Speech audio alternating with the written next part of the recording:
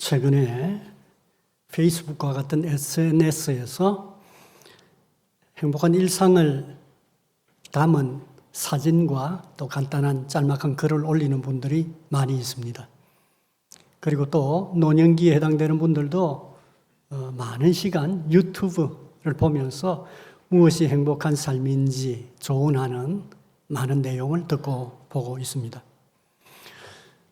저의 한 친구 중에 은퇴하신 한 목사님이 페이스북에 글을 올린 걸 제가 읽어 보았습니다.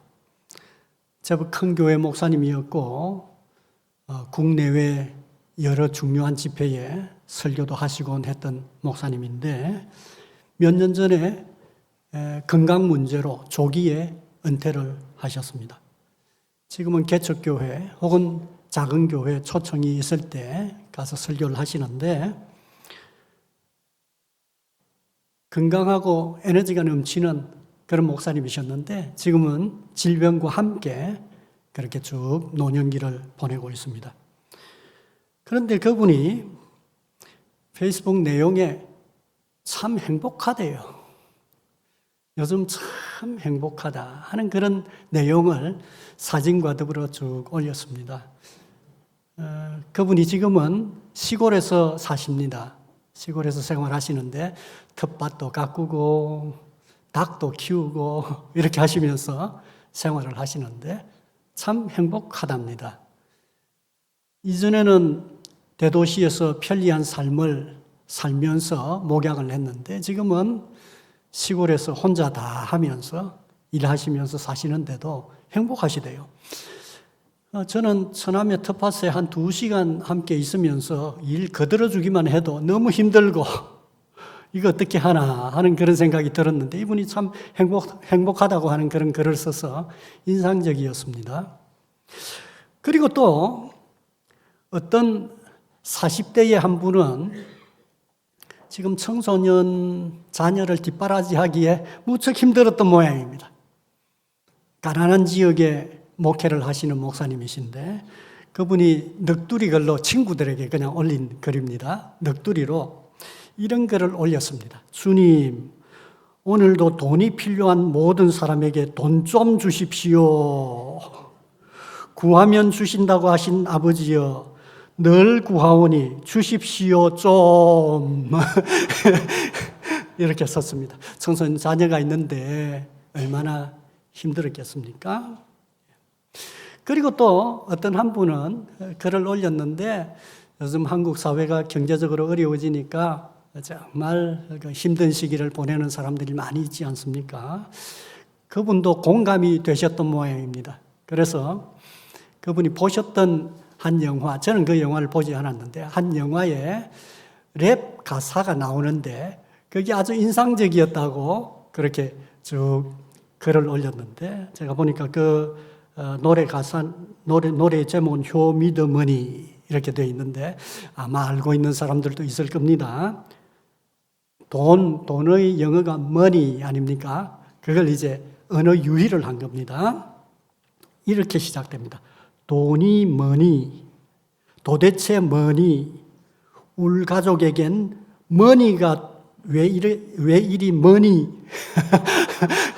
예, 이렇게 돈을 가지고 언어 유희를 하면서 한탄하는 한편으로 보면 자조 섞인 그와 같은 노래 가사를 쭉 거기에 썼습니다. 우리 사회는 구차한 삶을 행복하다고 말하지 않습니다. 자본주의라 칭해지는 우리 시대 세계관은 행복을 돈과 물적인 조건으로 평가합니다. 그런데 물적인 조건이라고 하는 것도 돈으로 다 구비할 수 있기 때문에 행복은 돈으로 만들어지는 것이다. 이렇게 말합니다. 어릴 때부터 초과학습 노동에 시달리죠. 우리 오늘 청소년 학생들이 많이 참석을 했습니다만 성인들은 노동 시간이 있는데 청소년은 공부 노동 시간이 없죠. 초과 노동 시간에 시달리는 것은 한편으로 보면 수입이 많고 안정적인 직업을 얻고 싶어 하기 때문입니다. 오늘날 우리 사회는 돈이 많은 사람을 성공한 사람이라고 하고 그리고 또 모두 부러워합니다. 행복할 거다. 나도 저렇게 되면 얼마나 행복할까 하는 생각을 하곤 합니다. 많은 사람이 경제학과를 졸업하지 않았지만 준경제 전문가가 되어 경제 동향을 면밀히 살핍니다. TV를 통해서나 아니면 신문을 통해서나 경제 동향을 그렇게 살피면서 애를 많이 씁니다. 그럼에도 불구하고 기대만큼의 수익을 올리지 못하는 게 현실입니다. 청년들은 돈이 없어서 결혼도 그리고 출산도 할 수가 없다. 이렇게 말합니다. 지금도 기대 수준만큼 경제력이 없고 앞으로도 기대 수준만큼 경제력을 구비하기 어려울 거다. 이렇게 생각하고는 이 세상은 망했다 하는 뜻으로 이생망 하는 말을 벌써부터 우리 사회에 많은 청년들이 이야기하곤 했습니다. 마음이 이처럼 가난하고 결핍된 상태인데 부모 세대가 행복은 그런 게 아니야 이렇게 말해봤자 귀에 들어오겠습니까? 들어오지 않습니다. 옛날 기준, 다른 나라의 기준을 아무리 얘기한다고 하더라도 마음을 평안하게 해줄 수 없는 게 사실입니다. 그렇다면 우리는 일평생 동안 행복할 수 없겠습니까? 유일하게 기대해야 할 행복은 복권 당첨밖에 없겠습니까? 우리 사회 세계관으로 무척 상식적이지 않은 것처럼 들리고 또 청년들에게는 기분 나쁜 말처럼 들리는지 몰라도 사실 행복은 부에 꼭 일치하는 것은 아닙니다. 그게 팩트입니다. 행복을 위해서 경제적인 조건은 대단히 중요합니다.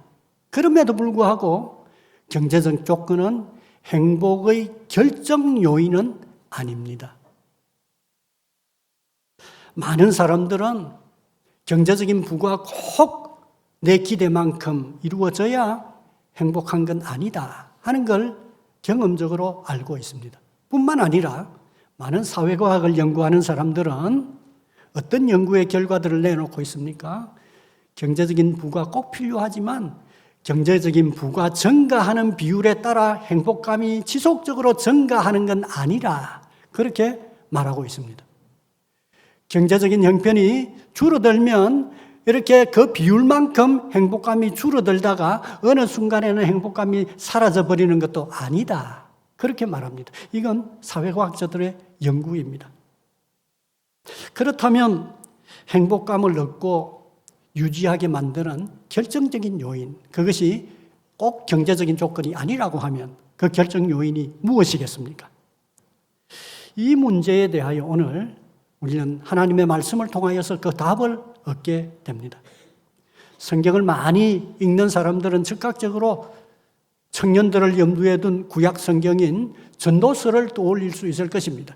그러나 거기까지 가지 않아도 오늘 본문 6절에 보면 자족하는 마음이라고 하는 단어가 거기에 나옵니다. 이 자족하는 마음에 대해서 8절이 어떻게 설명하고 있는가 하니 지금 현재 내가 가지고 있는 소유와 조건으로도 만족할 줄 아는 마음, 이것을 바로 자족하는 마음, 그렇게 설명을 했습니다. 자족하는 마음이 행복의 결정 요인이 된다 하는 것을 깨달았던 인류의 선생들은 많이 있었습니다. 철학과 종교에서 대단히 중요한 선생들이 인간의 행복은 꼭 경제적인 조건에 달려있는 게 아니라 그렇게 가르쳤습니다. 그리스 철학자들은 행복을 정신적인 문제로 이해를 했습니다. 그리고 뿐만 아니라 불행감의 원천을 욕심으로 이해하고 욕심을 초탈해야 된다고 가르쳤던 불교와 도교의 선생들도 있습니다.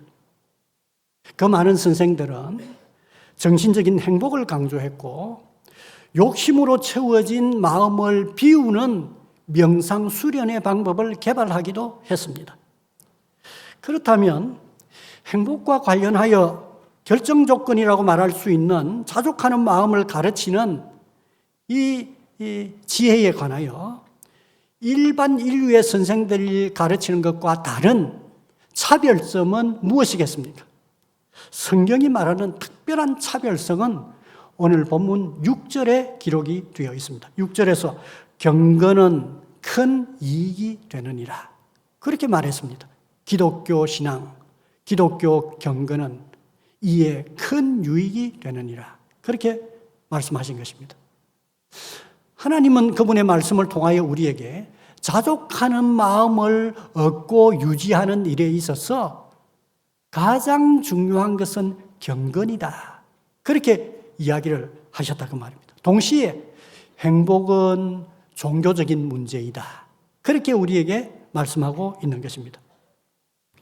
6절을 얼른 보면 문장의 뜻이 경건이 큰 유익이 되도록 자족하는 마음을 가져야 한다 하는 뜻으로 보입니다. 자족하는 마음을 가지고 있어야 경건이 큰 유익이 된다, 이익이 된다, 이런 말로 읽힙니다.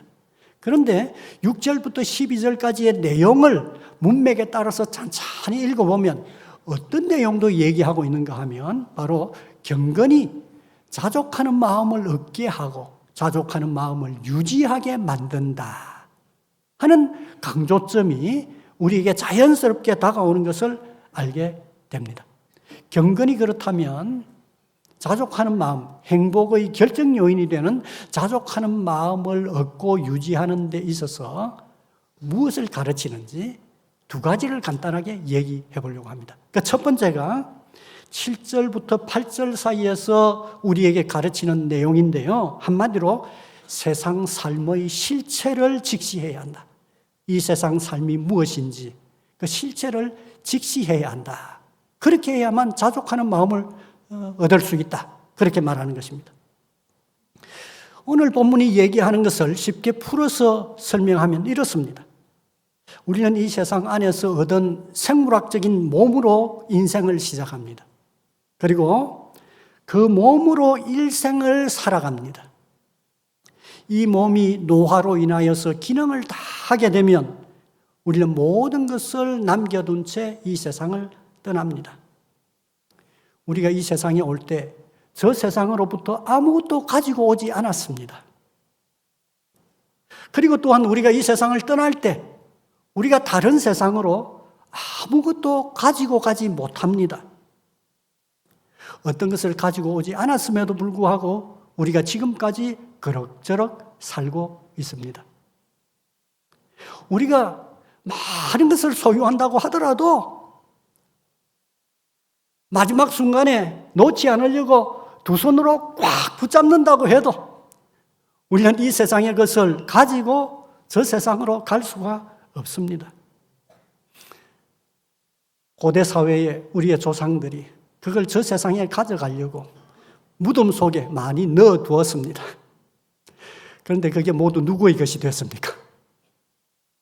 도굴꾼들과 그리고 또 발굴하는 사람들이 그것을 발견하여 우리에게 남겨져 있습니다. 저 세상으로 가져가지 못했습니다.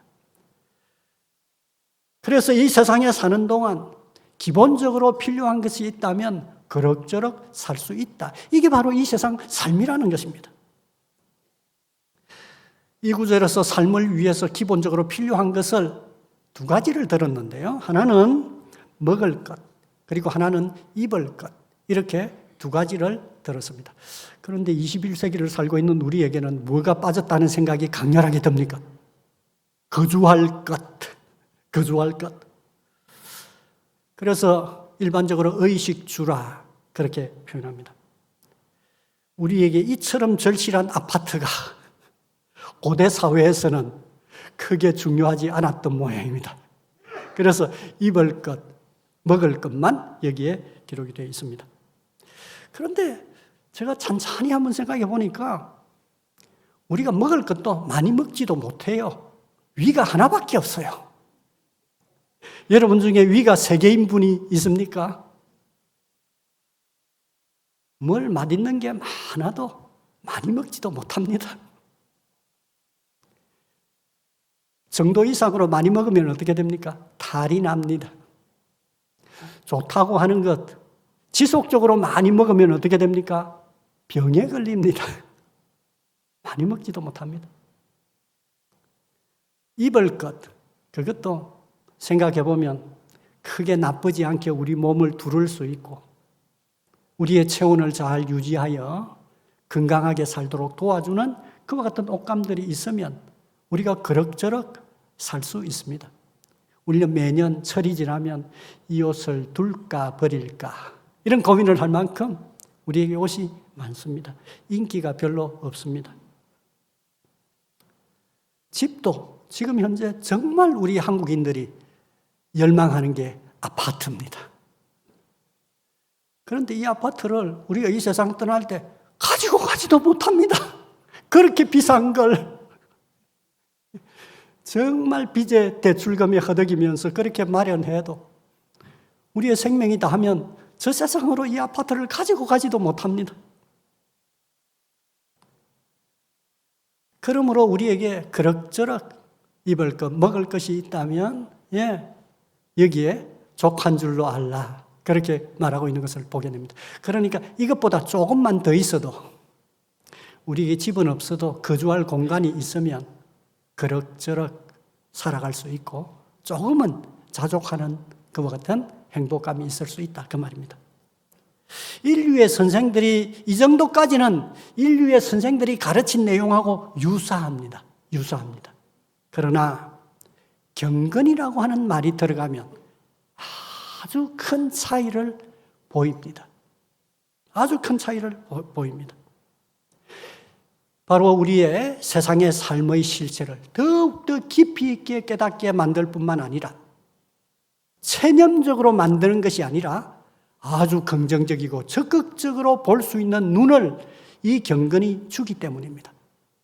경건의 관점으로 제가 이 내용을 다시 한 번 더 이야기를 해보겠습니다. 우리는 하나님이 조건을 모두 갖추어 두신 하나님의 세계 안에 하나님이 보내셨습니다. 하나님의 청지기로 이 세계 안에서 일하면서 먹고 누리며 살게 하셨습니다. 우리의 생이 다 마감되면 여기서 아무것도 가지고 가지 않아도 저 세상에서 우리가 살아가게 될 모든 것을 하나님이 다 만들어 두셨습니다. 하나님이 우리가 살 수 있는 조건 속에 보내셨고 이곳에서 일하며 보람 있게 살도록 하셨고 또 우리가 가보지 않은 이후의 생애, 이후의 삶을 위해서도 우리는 하나님이 준비한 곳으로 또 가게 된다 하는 게 바로 경건의 관점에서 볼 때 이 세상 삶의 실체라는 것입니다. 그래서 좀 더 구체적으로 예수님은 마태복음 6장에서 제자들에게 이렇게 말씀하신 일이 있습니다. 하나님을 창조주이실 뿐만 아니라 우리의 아버지라고 그렇게 말씀하시면서 하나님은 창조주로서 이 세상에 있는 모든 생물들에게 먹을 것을 주신다. 그렇게 말씀하셨습니다. 모두를 옷이 없어도 입히셨다. 그렇게 가르쳤습니다. 창고에 오랫동안 보관하지 않아도 매년 물속과 육지에서 먹을 것이 지속적으로 생성되는 이 세상에 우리를 살게 하셨다는 것입니다. 그래서 동물들이, 여러 생물들이 창고가 없어도 물론 때에 따라서 겨울잠을 위해서 준비하긴 합니다만 매년 하나님께서 공급하시는 것으로서 이 세상에서 산다 하는 것을 깨우쳤던 것입니다. 더불어서 그 하나님이 생물들에게 창조주가 되시는 그 하나님이 바로 우리에게는 아버지가 되시기 때문에 우리의 먹을 것과 입을 것과 마실 것을 아시고 그 필요를 채워주신다. 그렇게 가르치셨고 때에 따라서 결핍과 고통과 환난 중에 있다고 하더라도 하나님께서 구원하셔서 채워주신다 하는 것을 가르쳤습니다. 그렇게 가르치시면서 뭐라고 말씀하셨습니까? 염려하지 말라. 너희에게는 하늘의 아버지가 계신다 하는 것과 같은 말씀을 해주셨던 것을 기억합니다. 우리는 때로 내 것이 아닌 대자연을 보면서 행복해합니다. 그래서 카페 가는 걸 좋아하죠. 카페가 주로 경치 좋은 곳으로 가지 않습니까? 그곳에서 내 것 아닌, 나는 커피 한 잔 사서 마시는데 내 것 아닌 대자연을 보면서 우리가 잠시나마 행복해합니다. 젊은 날에는 웅장하고 대단한 것을 보아야 행복해합니다. 그런데 나이가 들면 작은 들풀과 들꽃을 보면서도 행복한 마음이 생깁니다. 내가 살아서 이런저런 것도 보는구나 하는 생각이 들면서 행복한 마음이 찾아올 때도 있습니다. 가난하고 초라한 외로운 목동이 지평선 너머로부터 떠오르는 태양과 그리고 또 저녁에 석양에 지는 붉은 해와 노을을 보고 밤하늘에 쏟아지는 별들을 보면서 이야, 이러한 경이로운 극장에서 나를 위해서 마치 대자연이 공연을 벌려주는 것 같은 그와 같은 행복감에 젖을 때도 있습니다. 평생 먹을 것과 입을 것을 다 확보해 두어야만 행복이 보장되는 게 아닙니다. 우리의 본성적인 불안과 우리가 살고 있는 자본주의 세계관은 끊임없이 미래의 안정과 행복을 위해 우리가 모든 것을 마련해 두어야만 비로소 행복할 것이라 이렇게 가르치지만, 그러나 이러한 생각은 하나님도 이해하지 못하고 이 세상의 인생, 삶의 실체도 제대로 이해하지 못한 생각일 뿐입니다. 비현실적인 생각입니다. 예수님은 비유 얘기로 다른 것도 보게 하셨습니다. 한 부자가 그 해에 큰 풍작을 거두었습니다. 현재 가지고 있던 그 창고를 다 채우고도 남았습니다. 너무 기뻤습니다. 행복한 마음이 들었습니다. 그래서 이렇게 말합니다. 누가복음 12장에 보면 또 내가 내 영혼에게 이르되 영혼아 여러 해 쓸 물건을 많이 쌓아두었으니 평안히 쉬고 먹고 마시고 즐거워하자. 자기 스스로 자기 마음에 참 행복하다. 그렇게 말했습니다. 거기에 이어서 예수님이 하신 얘기를 성경을 많이 읽으신 분들은 떠올릴 수 있을 것입니다. 예수님이 어떤 내용을 말씀하셨습니까? 이 사람아, 오늘 밤에 하나님이 내 영혼을 거두어가면 네가 기뻐하는 이 모든 소유가 누구의 것이 되겠니? 그렇게 가르치셨습니다. 정말 그렇습니다. 우리는 정말 소유로 인하여 행복하다 생각하지만 우리가 죽게 되면 우리는 이 모든 것을 가지고 갈 수가 없습니다. 자본주의 의식은 안전감, 행복감보다는 불안감을 우리에게 더 많이 줄 때가 있습니다. 많은 것을 얻기 위해 경쟁하면서 수고하는 삶이 이따금씩 행복한 순간을 주긴 합니다. 그러나 우리에게 피로감, 불안감, 불행감을 줄 때가 많습니다. 행복감에 있어서 결정적인 요인이 되는 자족하는 마음은 우리가 모든 것을 충분히 가진 이후에야 생기는 게 아니라 이 세상 삶의 실체를 제대로 직시하게 될 때 생기는 것입니다. 그리고 뿐만 아니라 특히 경건의 관점에서 인생이 무엇인지, 삶의 실체가 무엇인지 직시하게 될 때 바로 자족하는 마음이 우리에게 찾아오게 되는 것입니다. 그러므로 행복감의 결정 요인이 되는 자족하는 마음의 첫 번째 조건은 우리의 삶의 실체를 직시하는 겁니다. 두 가지라 그랬습니다. 나머지 한 가지입니다. 그 두 번째는 9절부터 10절이 우리에게 가르치는 내용인데요.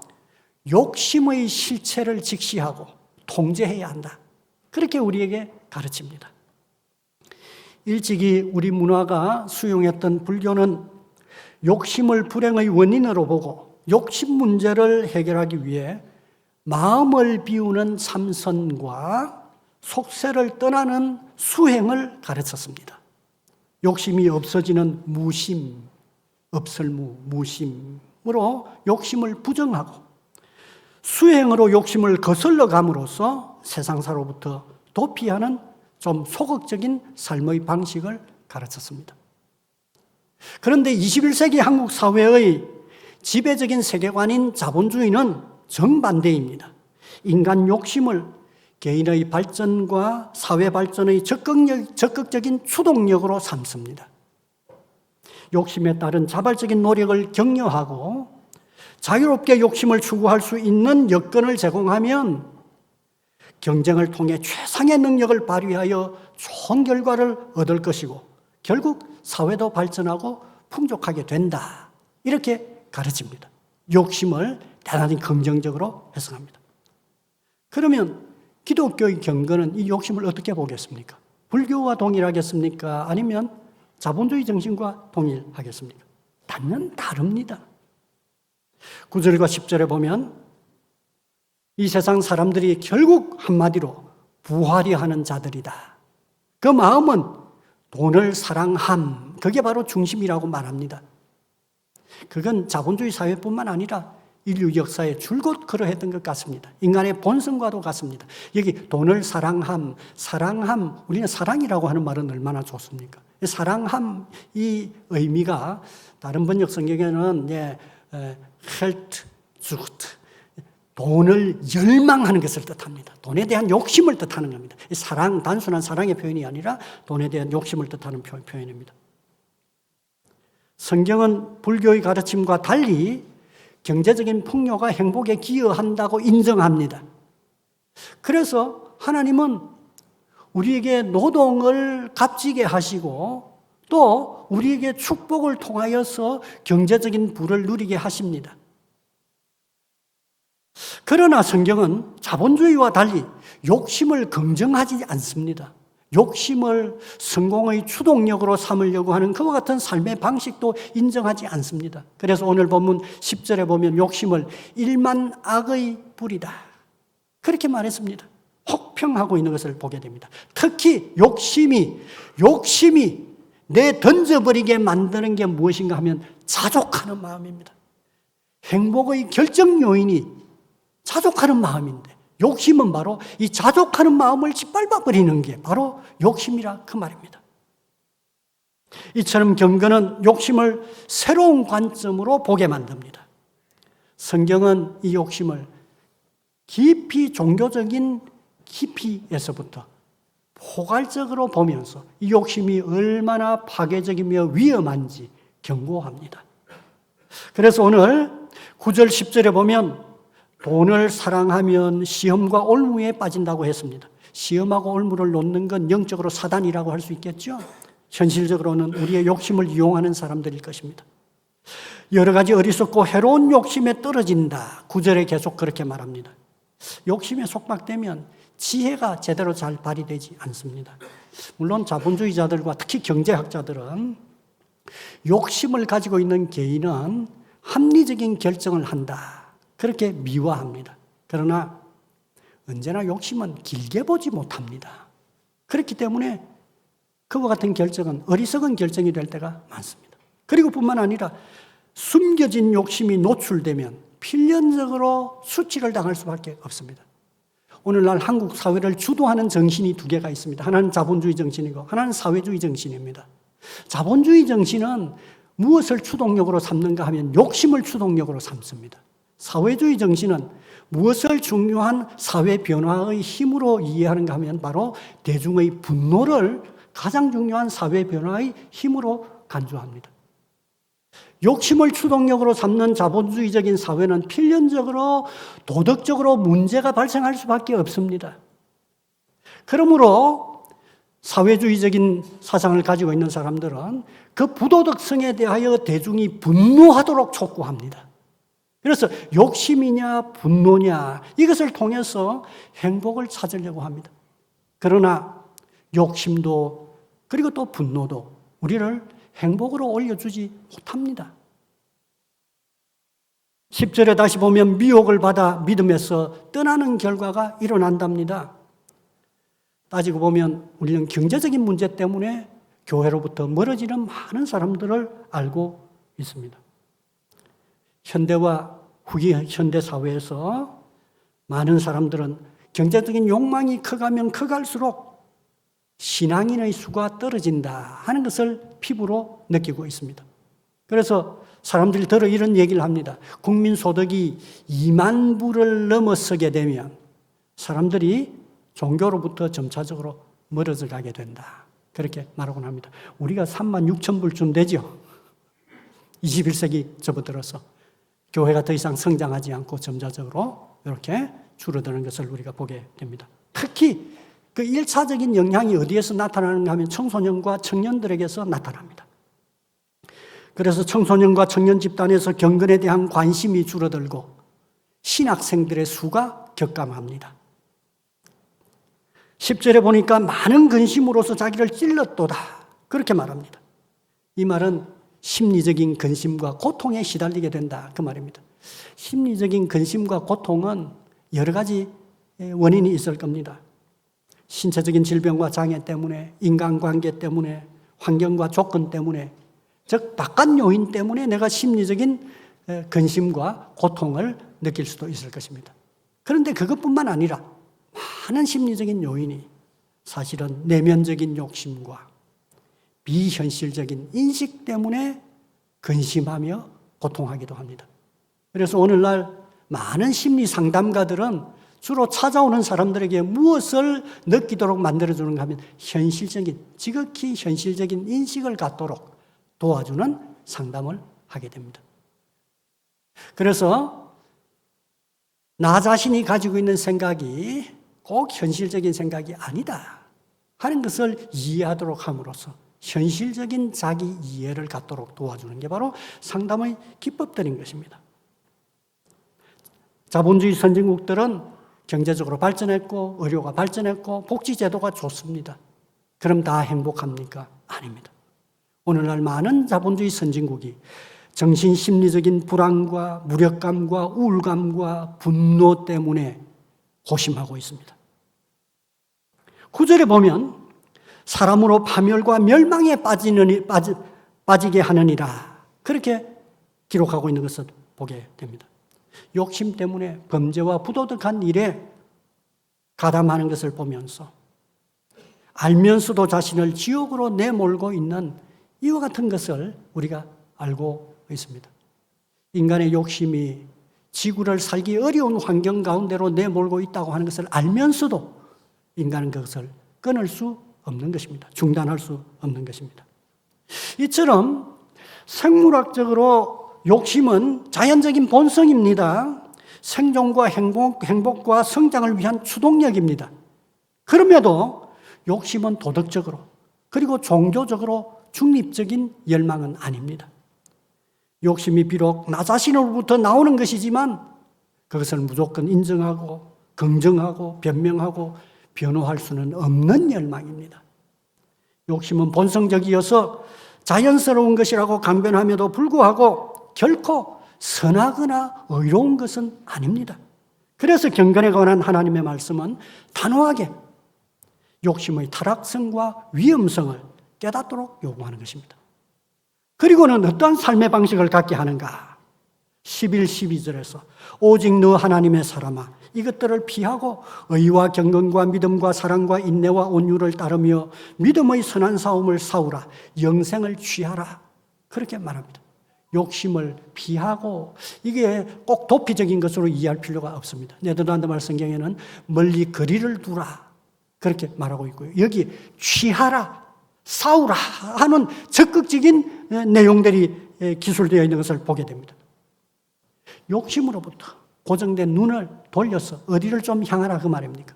경건으로 향해라. 여기에 물론 기록되고 있는 것은 의, 경건, 믿음, 사랑, 인내, 온유, 선한 싸움, 영생 등등인데 다 경건의 범주 안에 드는 것입니다. 욕심으로부터 눈길을 돌려 경건에 관심을 두라. 그렇게 말하고 있는 것입니다. 하나님의 말씀은 경건에 관심을 두는 것이 우리의 구원 때문만 아니라 우리의 행복 때문에라도 경건에 관심을 두라. 그렇게 가르치고 있는 것입니다. 우리가 앞서서 영상에서 보았습니다만 중독은 청소년뿐만 아니라 우리의 영혼을 속박하여 병들게 만듭니다.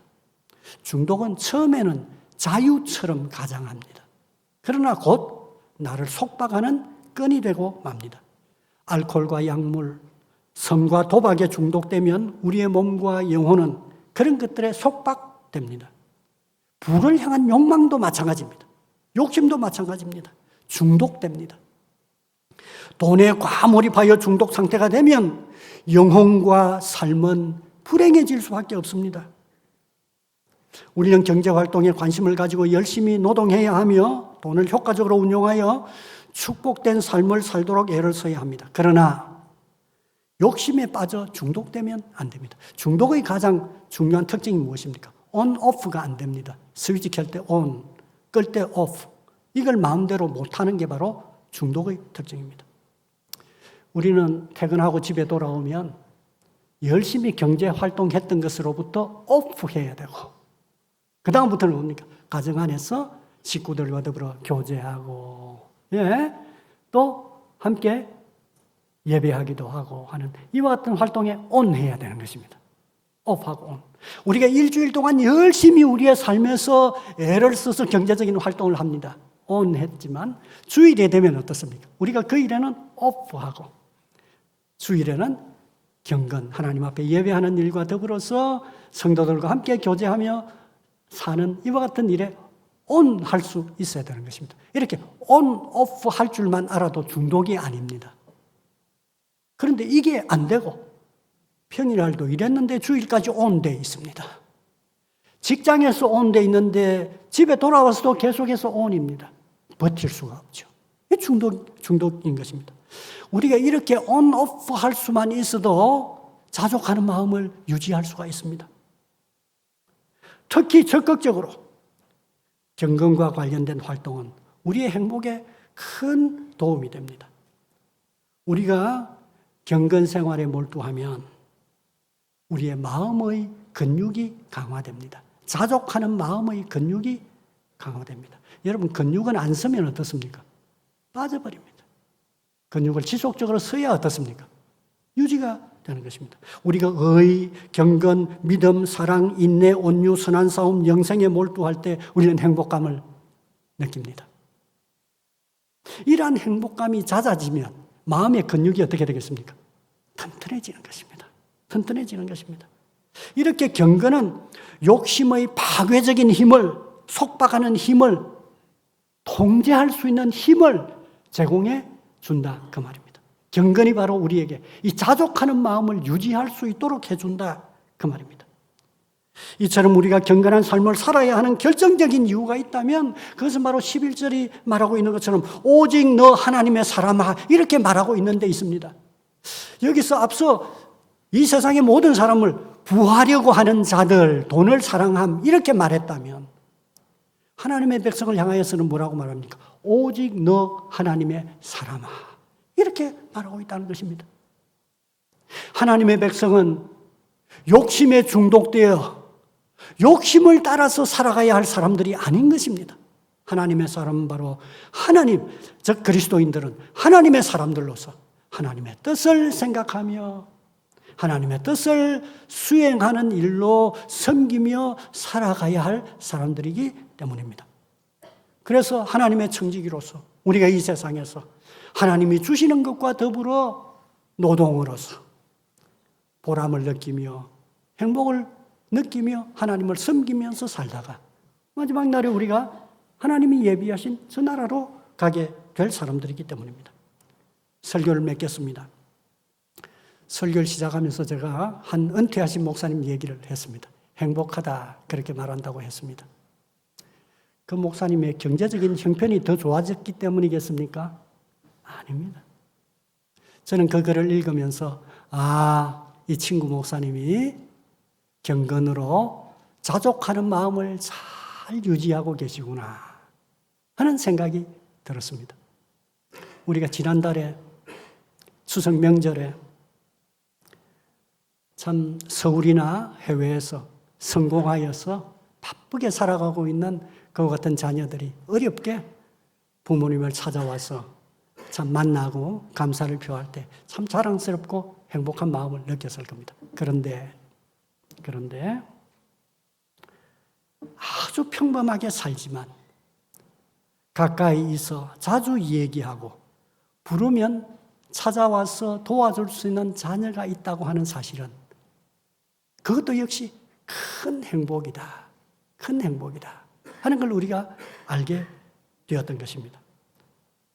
돈은 행복의 조건이지만 행복의 결정 요인이 아닙니다. 행복의 결정 요인은 자족하는 마음에 달려 있는 것입니다. 경건이 바로 이 자족하는 마음의 근육을 강화합니다. 그런 의미에서 우리가 오늘 하나님 앞에 예배하는 이 일은 우리의 마음을 행복에 이르도록 도와주는 중요한 시간이다 하는 생각을 갖게 됩니다. 하나님께서 오늘 이 시간에 그리스도인 모두에게 또 오늘 어쩌면 처음 예배에 참석했을지 모르는 우리 청소년들에게 하나님이 멀리 계신 분이 아니라 바로 하늘에 계시는 우리 아버지라고 하는 그 믿음을 갖게 하셔서 그 경건의 눈으로 이 세상 삶의 실체를 알고 욕심의 실체를 잘 이해함으로써 자족하는 마음을 잘 견지하게 만들어 줄 수 있기를 바랍니다. 하나님의 성령께서 저 하늘의 부요와 그 축복을 우리에게 일깨우셔서 우리가 환난 중에도 결코 행복감을 잃어버리지 않고 그 마음을 잘 유지해 갈 수 있도록 도와주시기를 주님의 이름으로 축원합니다.